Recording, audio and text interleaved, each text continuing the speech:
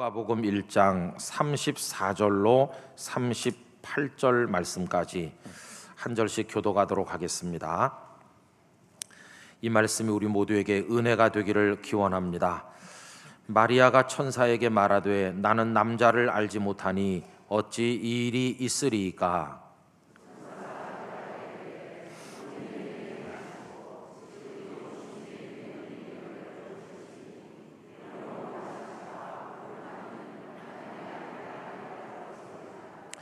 보라, 네 친족 엘리사벳도 늙어서 아들을 배었느니라. 본래 임신하지 못한다고 알려진 이가 이미 6달이 되었나니.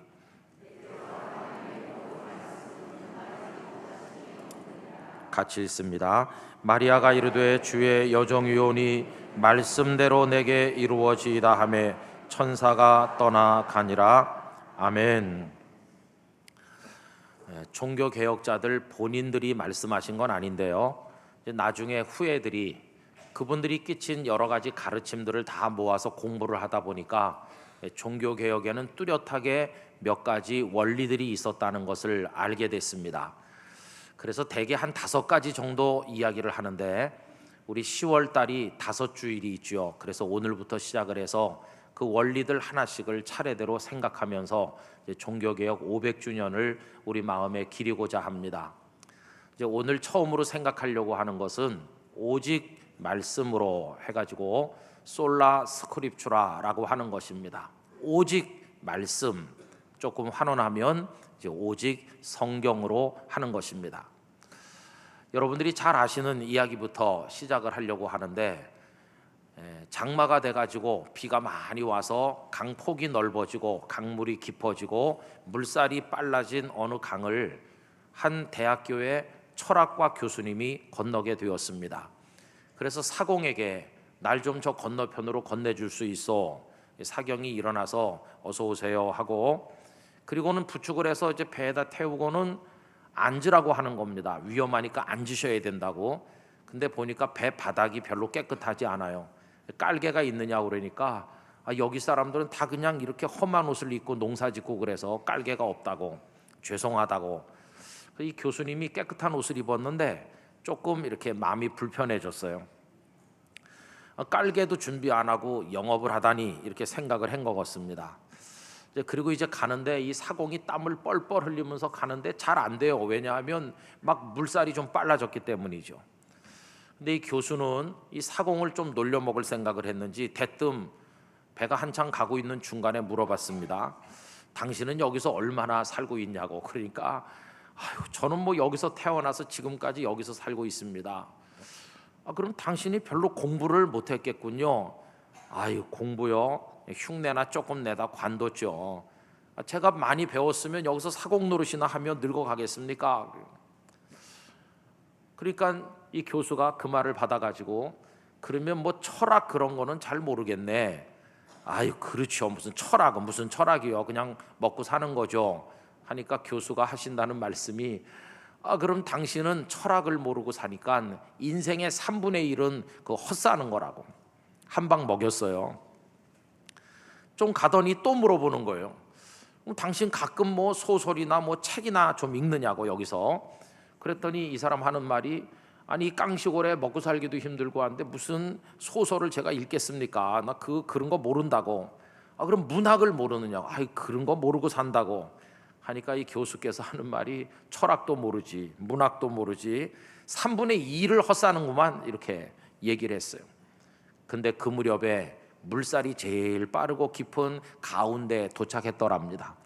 이래가지고 배가요 제대로 안 가고 막 흔들리면서 아래쪽으로 막 가니까 사공이 당황해가지고 물어봤습니다. 그런데 수영은 하실 줄 아십니까? 그러니까 이 교수가 못하는데, 그러니까 사공이 완전히 KO 펀치를 날렸대요. 여기서 다 끝나시겠네요. 3분의 2가 아니라 전부 끝나네요. 이렇게. 그 배가 가라앉았는지 잘 갔는지는 저도 잘 모릅니다. 그건 여러분들의 상상에 맡기기로 하고요. 이게 벌써 오래전에 어느 문학 잡지에 실렸던 얘기인데 사람들 입으로 많이 퍼져가지고 지금은 아주 유명한 얘기가 됐어요. 근데 여러분, 이 얘기를 왜 먼저 하는지 아십니까?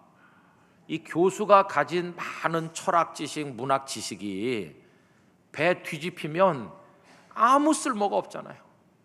수영 못하는데 아는 게 많으면 뭐해요?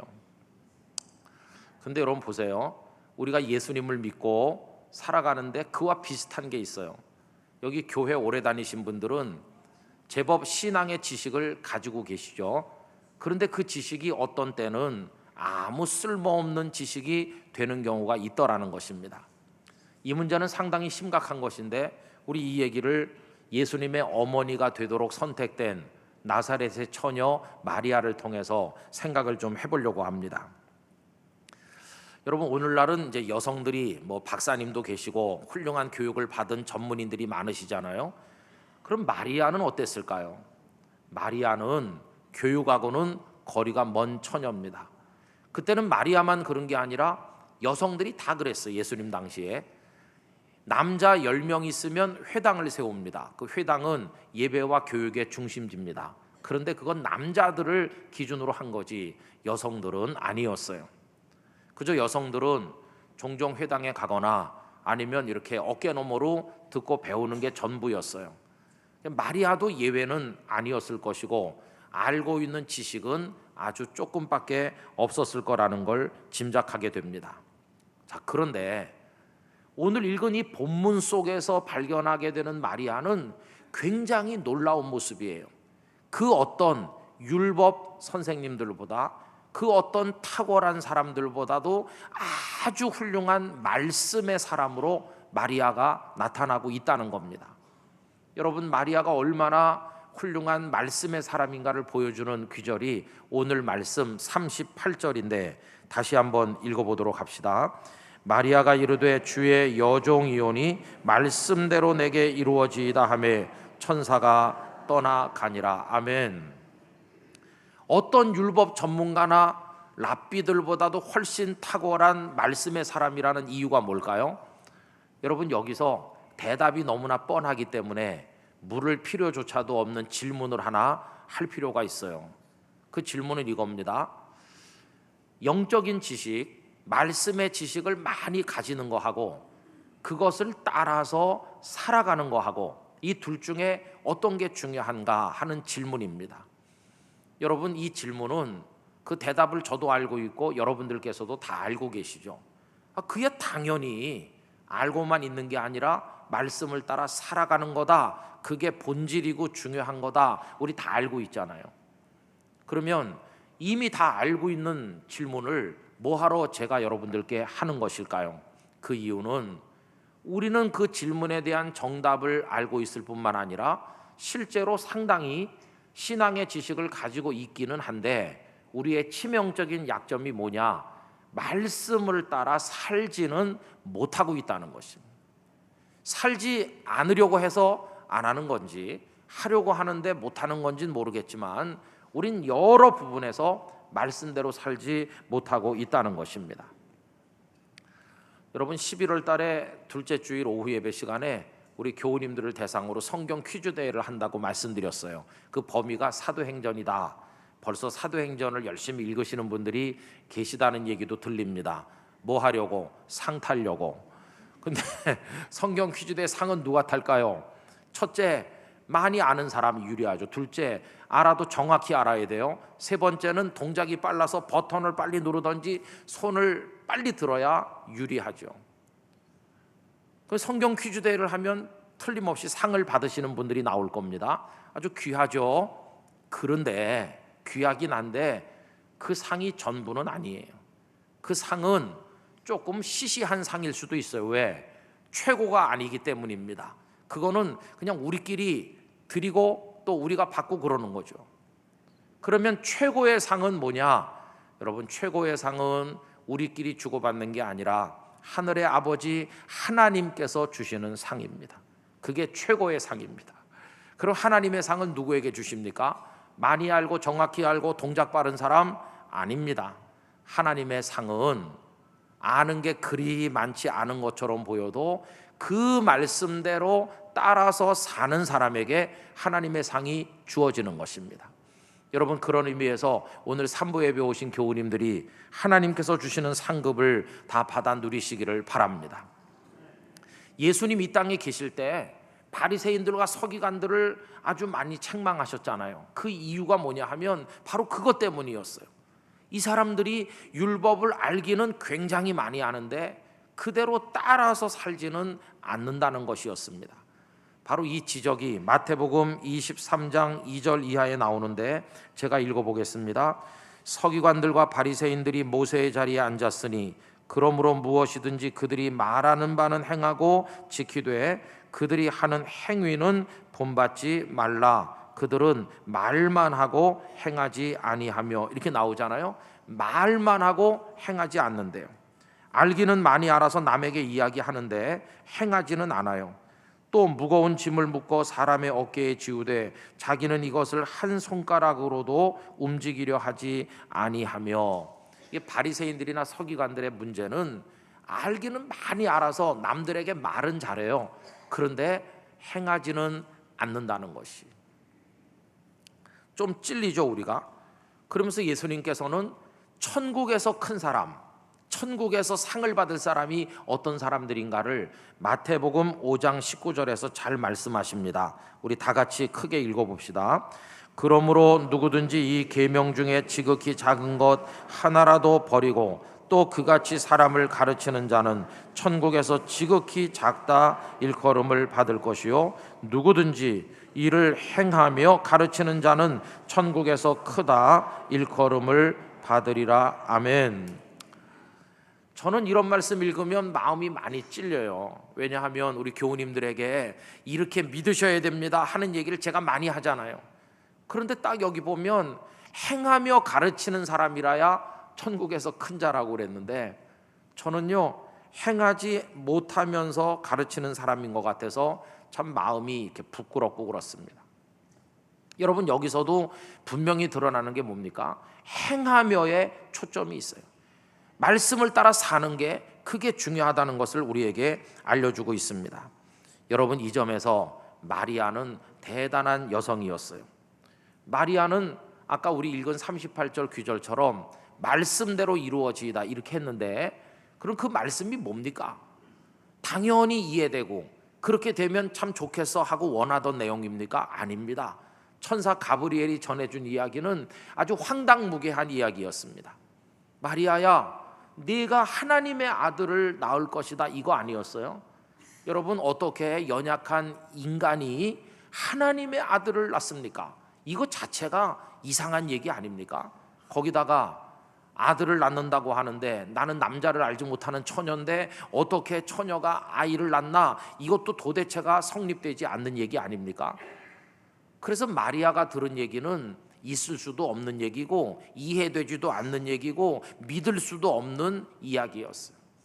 그런데 중요한 건 뭐냐 하면 마리아는 그 말을 믿었다는 것이, 믿어지지 않는 내용인데 믿었고 이해되지 않는데 수용했고, 그리고 도저히 있을 수 없는 이야기를 자신의 인생에서 일어나기로 원하는 마음으로 말씀대로 되리라고 얘기했어요.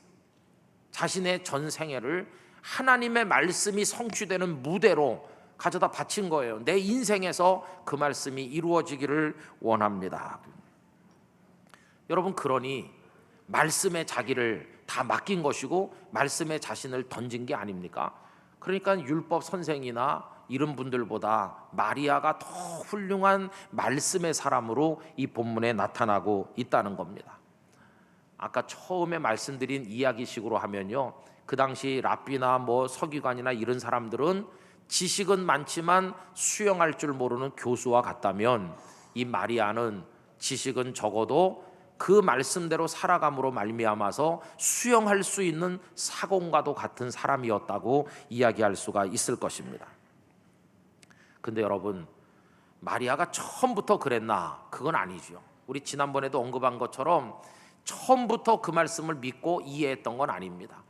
천사가 처음에 이 얘기했을 때는 마리아도 강력하게 항의했습니다. 나는 남자를 알지 못하는 여성인데 어떻게 그런 일이 있을 수 있느냐고 했었어요. 받아들이기 힘들다는 거 마리아도 느꼈을 것입니다. 그런데 마리아가 갑자기 변한 이유가 있어요. 그것은 가브리엘 천사가 던진 한마디 이야기 때문이었어요. 그 한마디가 어디 나오느냐? 37절에 기록되어 있습니다. 다 같이 읽으실까요? 대저 하나님의 모든 말씀은 능하지 못하심이 없느니라. 할렐루야. 바로 이거였습니다. 여러분, 이 말씀 속에 담긴 뜻이 이런 겁니다. 마리아야, 난 너 이해한다. 네가 그렇게 당황하는 거 알아. 그리고 믿을 수 없다고 생각하는 것도 알고, 처녀가 어떻게 아이를 낳나 네 생각 다 이해해. 그러나 네가 모르는 거 하나 있다. 그게 뭐냐 하면, 네가 이해하고 못하는 거랑 상관없이, 네가 받아들이고 못 받아들이는 거랑 전혀 상관없이 하나님의 말씀은 전능하다. 그대로 된다는 것이, 이게 천사가 전달해 준 선언이었어요. 이해 못해도 이루어지는 것이에요. 이해해도 이루어지고, 그거랑 상관없이 그런 거라면 그 말씀이 이루어지도록 나를 맡길 수밖에 없다는 걸 마리아 스스로가 깨닫게 된 것이에요. 그래서 주의 계집종이오니 말씀대로 내게 이루어지이다 하고 자신을 맡기게 된 것입니다. 여러분, 하나님의 말씀은 전능한 말씀입니다. 하나님께서는 말씀으로 천지 만물을 창조하셨습니다. 성경에 보면 하나님을 말씀과 동일시하기까지 했어요. 요한복음 1장 1절 태초에 말씀이 계시니라 이렇게 했잖아요. 근데 1장 14절에 가보면 그 말씀이 육신이 되셨다고 그래요. 사람의 몸을 입고 이 땅에 오셨다. 그러면 성부 하나님은 말씀으로 천지를 창조하셨고 그런 분이신데, 성자 예수님은 그 말씀이신 그분이 사람의 몸을 입고 아들이라는 신분으로 이 땅에 오신 분이 성자 아니세요? 그러면 성령님은요? 성령님은 말씀을 깨닫게 하시고 전하게 하시고, 들으면 마음속에서 반응이 일어나게 하시고 감동을 받게 하시고, 그 말씀을 받아들이면서 살고 싶다는 소원이 우리 속에 생기도록 해주시는 분이 성령님이시거든요. 지금 제가 말씀드리고 교우님들은 들으시고 이해하고 끄덕끄덕하고 하시는데, 이게 성령님이 역사하시는 증거인 것입니다. 그리고 보면 성부, 성자, 성령 삼위일체 하나님은 말씀으로 존재하시고 말씀으로 우리에게 다가오시고 말씀 속에서 역사하신다는 걸 알 수 있죠. 그러니까 말씀을 빼놓고는 하나님이란 존재를 아예 생각을 할 수가 없다는 걸 깨닫게 돼요. 그 말씀 앞에 마리아가 자신을 드렸다는 것은 다른 말로 환원하면 하나님께 자신을 드린 것과 같다 하는 것입니다. 그러므로 여러분, 나 하나님 잘 믿고 싶어요, 그 말을 바꾸면 나 말씀대로 살고 싶어요 하는 것과 동의어입니다. 왜냐하면 말씀대로 살지 않으면서 하나님을 잘 믿는다는 건 애초부터 성립이 안 되는 말이기 때문에 그래요. 우리 교우 여러분, 이제 우리 말씀을 많이 아는 데서 뛰어넘어서 말씀대로 사는 대로 나가게 되시기를 기원합니다. 그래야 그 말씀이 죽은 지식이 아닌, 물에 빠지면 수영 못해서 그 모든 지식이 헛되게 되는 것처럼 그렇게 안 되는, 살아서 역사하고 생명을 가져오는 능력의 말씀이 되는 것이에요. 언제? 말씀대로 살아갈 때. 그래서 저는 우리가 우리 인생 전체를 말씀이 성취되는 무대로 하나님 앞에 올려드려야 된다고 생각하는 것입니다. 여러분, 말씀대로 이루어지다라고 했을 때 그럼 그 기간은 얼마 동안일까요? 기간. 아니, 여인이 아기를 낳는데 걸리는 기간이 얼마일까? 잉태해서 출산하기까지 보통 10달이라고 하니까 그럼 마리아는 10달 동안 했나 보다. 아닙니다. 말씀대로 이루어지다, 이건 장엄하고도 비장한 얘기였어요. 이거는 10달이라는 시간 동안에 하는 게 아니라 그녀의 평생 동안 한 거였어요. 여러분, 10달 지나고 예수님이 태어나셨어요, 베들레헴에서. 그걸로 마리아가 하나님 저 사명 완수했으니까 이제 손 떼요 이렇게 했나요? 아니요. 그 헤롯 왕이 베들레헴의 갓난아기들 다 죽이기 때문에 주의 사자가 나타나서 애굽으로 가라. 애굽에 갔어요. 언어가 안 통하고 생활이 불편한 곳에서 나그네 생활을 여러 해 했습니다. 그게 마리아의 고통이었겠죠. 그리고는 나사렛으로 돌아왔는데 예수님이 30살쯤 되셔서 메시아 사역을 시작했을 때 날마다 좋은 소식이 전해졌을까요? 아닙니다. 어느 날 사람들이 몰려와서 아이고 마리아 마리아 들었냐고, 큰일 났다고, 당신 아들이 미쳤다고 그래요, 빨리 가봐야 되겠다고. 그러면서 사람들이 하는 말인즉슨 당신 아들이 사람들이 들으면 무슨 말인지 알아듣지도 못할 말도 하고 그 탁월한 선생님들이 들어보면 당신 아들이 잘못 가르치고 있다던데 자기를 뭐 하나님의 아들 어쩌고 하면서 미친 것 같다던데 빨리 가서 집으로 데려오지 않으면 당신 아들 예수가 큰일 나겠다고. 복음서에 보면 그런 대목이 나오잖아요. 여러분, 아들이 미쳤다는 소리 듣는 부모의 마음이 기쁘겠어요? 가장 비참한 건 언제였을까? 여러분, 예수님이 채찍에 맞아 살점이 다 떨어져 나가고 피투성이가 된 그 몸을 가지고 십자가를 지고 골고다로 올라가는데 쓰러지고 또 쓰러지다가 구레네 시몬이 십자가를 대신 지고 벌써 반은 죽은 모습으로 피투성이가 돼서 올라갈 때 그 어머니가 뒤에서 따라가 아들이 십자가에 매달려서 죽어가는 그 헐떡거리는 모습을 밑에서 올려다보는 그 어머니의 마음이 어떠했겠어요? 그게 말씀대로 이루어진 결과가 그렇게 나타났어요. 그러니 말씀에 자신을 맡긴다는 건 10달 동안만, 앞으로 딱 한 달 아니면 1년 이게 아니라 우리의 전 생애를 하나님께 맡긴다는 뜻이에요. 왜? 하나님은 우리를 한 달만 사랑하고 손 떼시는 분이 아니고 평생의 우리 아버지이기 때문인 것입니다. 그러나 여러분, 그렇게 말씀을 따라 살아가는 삶의 끄트머리는 뭘까요? 빛나고 아름다운 승리인 줄로 믿습니다. 그렇게 그 아드님 예수님이 십자가에 매달렸는데 마지막에 어떻게 됐어요? 우리 예수님 영광스럽게 부활하셨습니다. 그 순간 마리아의 고통은 다 끝났어요. 그 주가 되신 그 예수님을 보는 순간 얼마나 기쁘셨겠어요. 성도 여러분, 우리의 전생애를 하나님의 말씀 앞에 가져다 놓게 되기를 간절히 원합니다. 잠시 후에 우리 부를 찬양, 우리 가끔 불렀던 건데 참 그 가사가 오늘 말씀과 딱 맞아요. 말씀 앞에서 경외함으로 주께 홀로 섭니다. 생명의 말씀 읽고 순종해 주를 예배합니다. 기록된 말씀 힘이 있어서 진리로 우리를 거룩해 하며 거룩한 말씀 세세 영원히 복음이 되어 말씀하시네. 이 찬양이 이렇게 시작하거든요. 이제 반복되는 후렴이 마리아의 모습을 그대로 반영하는 듯 느껴집니다. 하나님 말씀에 두려워 떠는 자, 그 말씀에 생명을 거는 자, 한 사람 찾으시는 주님의 약속을 믿어 하나님 말씀에 운명을 거는 자, 순종하며 주 따라가는 자. 언제까지? 평생 동안. 마리아의 모습이 이런 모습이 아니었겠습니까? 여러분, 그게 바로 하나님의 말씀을 따라 사는 하나님의 백성의 모습이어야 하는 줄로 믿습니다. 그래서 여러분, 우리가 말씀을 많이 아는 지식에서만 멈추면 안 되죠. 지식은 알면 알수록 우리를 교만하게 만듭니다. 하나님을 사랑하고 이웃을 사랑하고 나 자신을 사랑하는 마음으로 말씀을 실천하면 덕이라는 열매가 맺히는데, 알고만 있으면 그 교수가 잘 모르는 사공을 무시하는 교만의 죄를 짓듯이 그렇게 되고 마는 것입니다. 그래서 고린도 전서 8장 1절은 이렇게 말씀했습니다. 우상의 제물에 대하여는 우리가 다 지식이 있는 줄을 아나. 그 다음에 보세요. 지식은 교만하게 하며 사랑은 덕을 세우나니. 하나님 사랑하면 하나님 말씀에 순종하게 되고 그 결과는 덕을 세우는 쪽으로 나타나게 된다는 것이. 여러분, 우리가 왜 이렇게 하나님의 말씀을 강조하게 됐나? 이게 종교 개혁자들의 그 솔라 스크립처라 오직 말씀으로 그 원리 때문이기도 하지만 근본적으로 그런 것이죠. 여러분, 마틴 루터는 1517년 딱 500년 전 10월 31일 면죄부를 반박하는 95개 조항의 반박문을 갖다 붙였다고 알려집니다.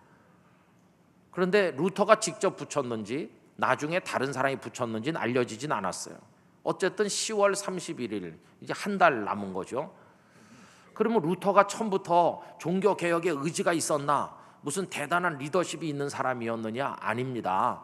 루터는 너무나 연약하고 영적 고뇌가 너무 깊어서 법률가가 되려던 꿈이고 뭐고 다 던져버리고 겁에 질려 수도사로 살고자 다짐했던 그런 사람이에요.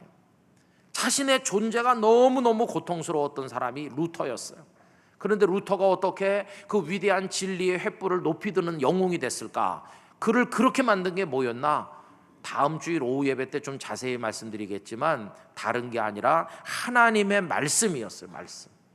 그가 너무 깊이 고뇌하니까 그가 속해 있던 어거스틴파 수도원의 수도 원장이었던 스타우피츠가 루터에게 자네는 비텐베르크 대학에 가서 성경을 가르치게 이렇게 했어요. 성경을 모르는데 어떻게 가르칩니까? 그러니까 연구해가지고 가르쳐야지.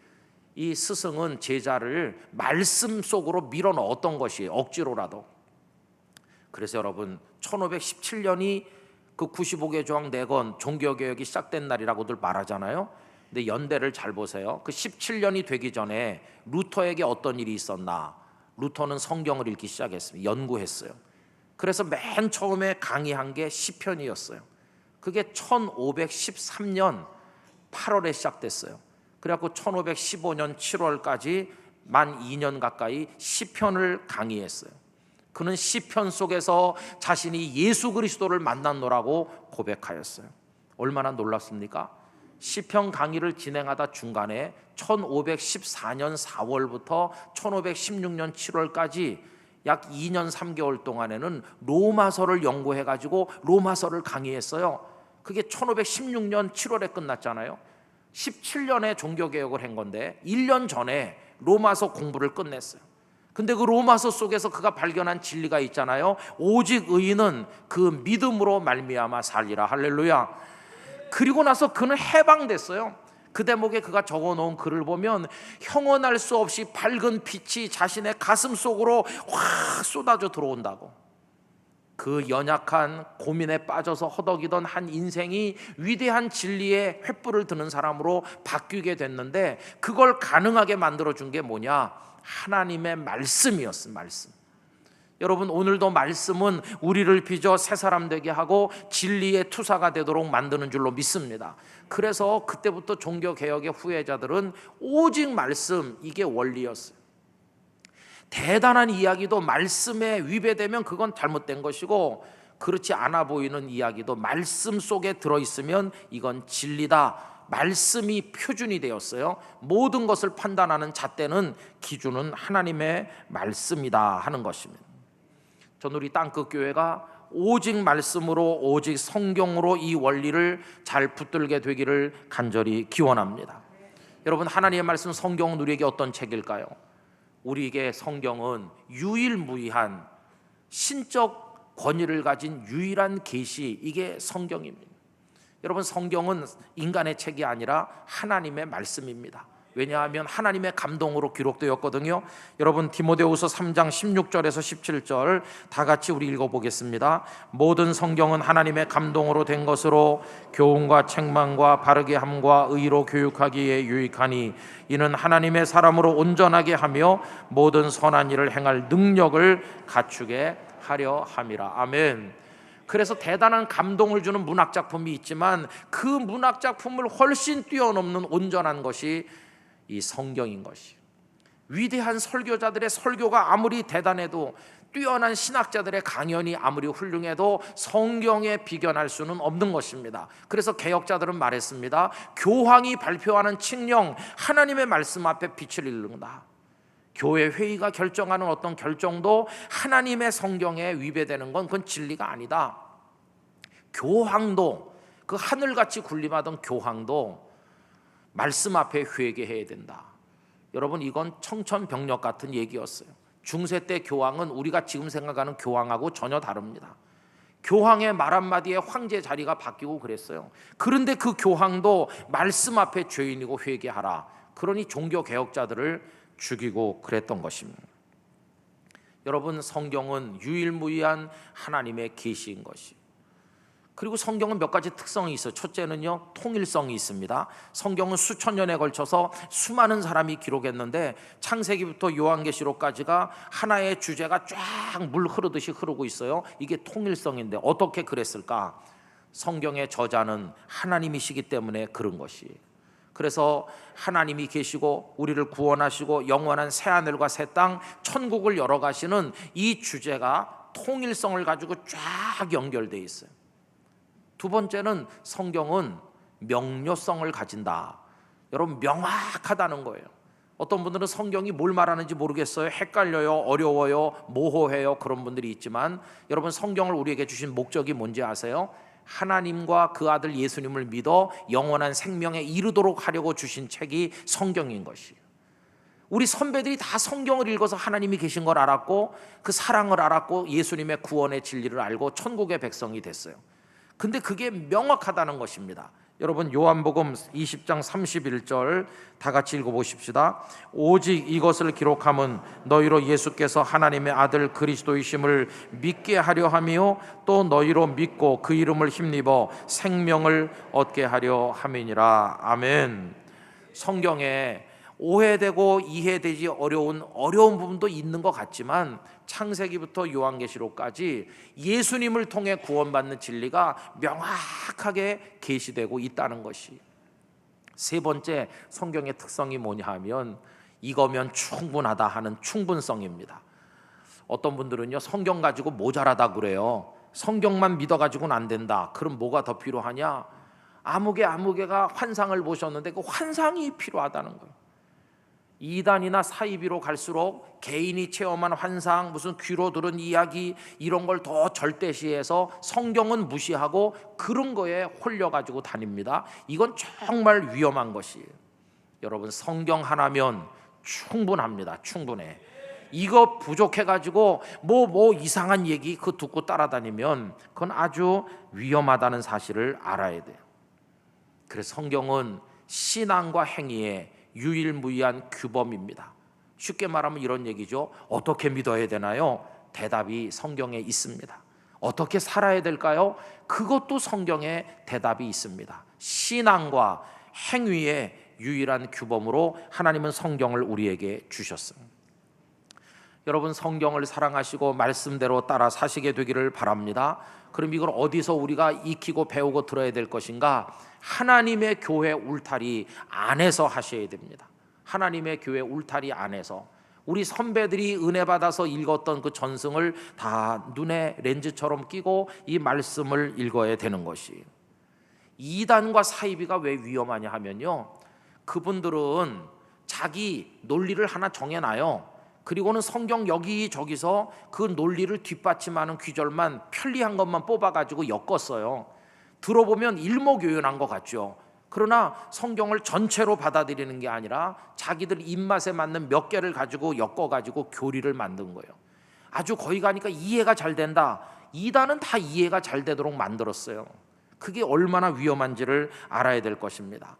그러면 하나님의 말씀을 읽는 원리는 뭡니까? 논리를 내가 정하고 성경에서 그걸 뒷받침하는 걸 끌어내는 게 그게 올바른 태도입니까? 아니요. 모든 내 생각, 내 논리 다 버리고 그냥 백지 상태로 말씀 앞에 나가 주시는 말씀이 이해가 되든 안 되든 어렵든 쉽든 간에 무조건 아멘으로 받는 게 말씀을 대하는 태도인 줄로 믿습니다. 왜 동성애 반대하냐? 기독교인들은 사랑도 없냐? 그 동성애자들이 불쌍하잖아. 여러 가지 얘기하지만 우리가 동성애를 비판하는 이유 딱 하나입니다. 성경에 그건 죄다 이렇게 나와서 그래요. 그것 때문에 우리가 반대하는 거지 그 사람들을 미워해서 그런 게 절대로 아니에요. 우리는 오직 성경으로 나갈 바로 그런 사람들입니다. 여러분, 어디 가서 무슨 얘기 들었을 때 많이 들었던 얘기면 안전한 얘기고 생전 못 듣던 참신한 얘기는 위험한 얘기입니다. 잘 들어보세요. 성경이 진리잖아요. 진리잖아요. 그죠? 근데 진리는 많이 들으면 질리게 돼 있어요. 아유, 또 해, 그 소리 또 하네. 지겹다. 질린다니까요. 진리는 질리게 돼 있는 거예요. 근데 그게 안전한 것이에요. 어떤 거냐? 예수님만이 우리의 구주이시다. 그건 진리인데 많이 들으면 진리잖아요. 근데 그게 우리를 천국으로 인도하는 것이에요. 참신한 얘기 해보겠습니다. 이 세상에 우리를 구원할 자는 오직 땅끝교회 김은성 목사밖에 없다. 와, 참신하다. 그거 다 지옥에 떨어지는 길이에요. 여러분, 우리 교회 진리의 기둥과 터가 되기를 소원합니다. 저는 늘 새벽마다 기도합니다. 예수님 재림하는 그날까지 우리 교회가 대단하고 화려하고 그런 교회 아니지만 이 말씀이 왜곡되지 않고 정확하게 진리 그 자체로 선포되게 도와주시옵소서. 이렇게 기도하고 있어요. 여러분이 다 말씀의 사람 되시기를 축원드립니다. 말씀대로 이루어지이다. 할렐루야. 오늘의 마리아처럼 살아가시기를, 그 안에 있는 평안과 축복을 누리시기를 예수님의 이름으로 축원합니다. 다 같이 기도하겠습니다. 오직 말씀으로, 오직 성경으로 우리의 인생과 신앙과 가정과 교회의 터전을 세우고 나라의 터전을 삼게 해 주옵소서. 다 같이 한 목소리로 기도하겠습니다. 할렐루야. 거룩하신 나의 하나님 아버지, 어떻게 믿고 어떻게 살며 어떻게 승리할 것인지 하나님의 말씀에 다 담겨 있는데 저희의 논리를 가지고, 인간의 생각을 가지고 사람들은 살아왔습니다. 저희의 부족을 용서해 주시옵소서. 오직 말씀으로, 오직 진리로 하나님의 뜻을 따라 나가는 땅끝 가족들 되게 하여 주옵소서. 아멘. 아버지 하나님, 오늘 종교개혁의 첫 번째 주제 오직 말씀으로를 가슴에 새기며 마리아의 모습을 생각하며 은혜를 받았습니다. 우리 땅끝 교회 교우들은 말씀의 울타리 안에서 평화를 누리고 복을 받고 구원에 이르고 승리하게 하여 주시옵소서. 예수님의 이름으로 기도하옵나이다. 아멘.